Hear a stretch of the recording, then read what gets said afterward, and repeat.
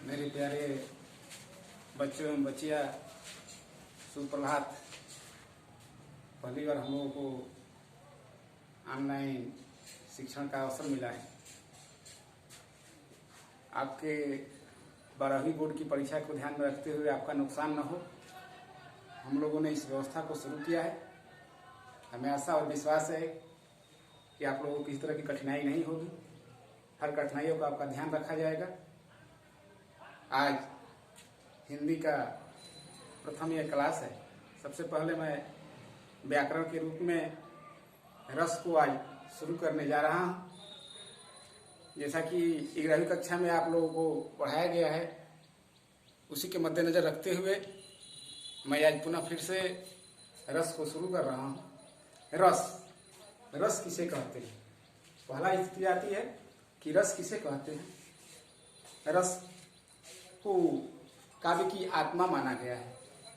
तो रस है साहित्य में कविता, कहानी, उपन्यास को पढ़ने या सुनने से एवं नाटक को देखने से जिस आनंद की अनुभूति होती है उसे ही रस कहा गया है। रस काव्य की आत्मा होती है। जिस तरह से काव्य में रस का वही स्थान है जिस तरह से शरीर में आत्मा का स्थान होता है। रसों के आधार भाव होता है और भाव के जो भाव होता है वो मन के विकारों को कहते हैं। ये दो प्रकार के होते हैं, एक अस्थाई भाव होता है और दूसरा संचारी भाव होता है। अस्थाई भाव प्रत्येक सहृदय व्यक्ति के हृदय में हमेशा वह विद्यमान रहता है। जैसे ही उसे कोई अवसर प्राप्त होता है वह जागृत होता है, पुष्ट होकर के रस के रूप में परिणत हो जाता है। एक अस्थाई भाव का संबंध केवल एक ही रस से होता है।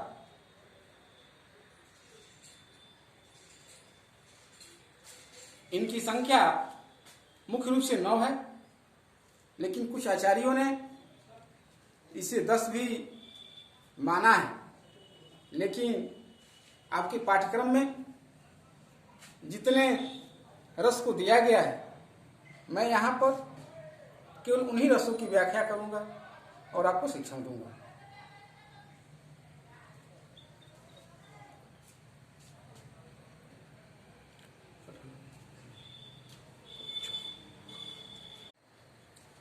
तो बच्चों पुनः देखिए इसको, एक बार मैं पुनः इसको दोहरा देता हूं कि रस जो मैं बता रहा था, रस तो साहित्य में कविता, कहानी, उपन्यास आदि को पढ़ने या सुनने से एवं नाटक को देखने से जिस आनंद की अनुभूति होती है उसे ही रस कहते हैं। रस जो होता है वो काव्य की आत्मा होती है। काव्य में रस का वही स्थान होता है जो शरीर में आत्मा का होता है। अगर किसी भी काव्य में रस नहीं होगा, उसको पढ़ने से हमें आनंद की अनुभूति नहीं होगी, तो हम उसका अध्ययन नहीं करते हैं और हमें वह रुचिकर नहीं लगता है। इसलिए कहा गया है कि रस काव्य की आत्मा होती है और काव्य में रस का वही स्थान होता है जो शरीर में आत्मा का होता है। रसों के आधार भाव होते हैं। जो भाव होते हैं वो मन की विकारों को कहते हैं। ये दो प्रकार के होते हैं, एक को अस्थाई भाव कहा जाता है और दूसरे को संचारी भाव कहा जाता है। तो फिर हम आपको दिखा रहे हैं कि अस्थाई भाव क्या है। जो ये आपका अस्थाई भाव है, अस्थाई भाव प्रत्येक सहृदय व्यक्ति के हृदय में हमेशा विद्यमान रहता है तथा जब उसे अवसर की प्राप्ति होती है तो वह जागृत होता है और पुष्ट होकर के रस के रूप में वह परिणत हो जाता है। एक रस का जो संबंध होता है वह एक भाव का जो संबंध होता है वो एक ही रस से होता है। एक अस्थाई भाव का संबंध एक रस से होता है। इनकी संख्या 9 होती है, लेकिन कुछ आचार्यों ने इनकी संख्या को 10 बताया है। आपके पाठ्यक्रम में जो रस निर्धारित है, केवल उस पाठ्यक्रम में निर्धारित रस को ही हम यहाँ पे पढ़ाएंगे। आपको ध्यान दीजिएगा।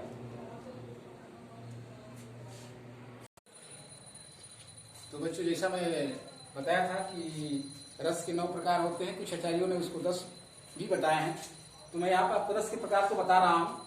देखिए इधर रस है और इसका अस्थायी भाव है। मुख्य रूप से कौन कौन से रस है? जो श्रृंगार रस है, हास्य रस है, करुण रस है, वीर रस है, शांत रस है, रौद्र रस है, अद्भुत रस है, भयानक रस है, विभत्स रस है और वात्सल्य रस है। इसके अस्थायी भाव को भी मैंने यहाँ पर दर्शा दिया है, आप ध्यान से देख सकते हैं। श्रृंगार रस का जो अस्थायी भाव होता है वो रति होता है। हास्य रस का जो अस्थायी भाव होता है वो हास होता है। करुण रस का जो अस्थायी भाव होता है वो शोक होता है। और जो वीर रस होता है, वीर रस का जो अस्थायी भाव होता है वह उत्साह होता है। तो अगला जो रस है वो शांत रस है। इसका अस्थायी भाव निर्वेद या वैराग्य होता है। रौद्र रस, इसका जो अस्थायी भाव होता है वह क्रोध होता है। अद्भुत रस, इसका अस्थायी भाव विस्मय होता है। अगला है भयानक रस, इसका जो अस्थायी भाव होता है वो भय होता है। विभत्स रस, इसका जो अस्थायी भाव होता है वो जुगुप्सा होता है।